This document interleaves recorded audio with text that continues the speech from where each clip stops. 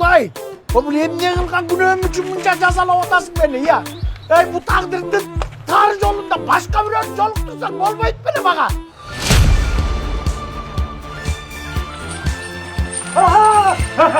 Estağfurullah.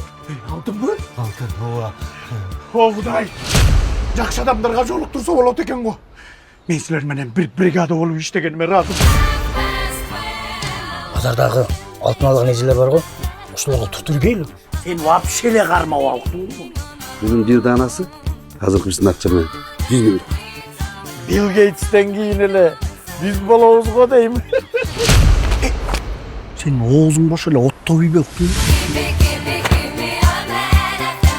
Сюрприз!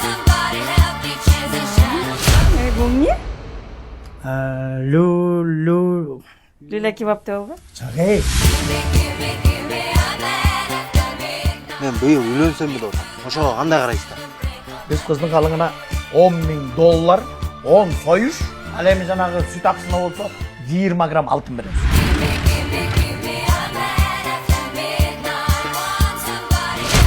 Ешкім айтқан жоқсың арым? Айтқан жоқсың? Жоқ. Сенші? Жоқ. Айтпаппыз. Арасында мындай крупныйраак суммага же алтын бергендер болгон жокпу? Алтындан қанша доля аласыңар? Мен эми түшүндүм. Байлар эмнеге уктай албайт десе. Baylar kovan böyle. Siz mi yok diyorlar?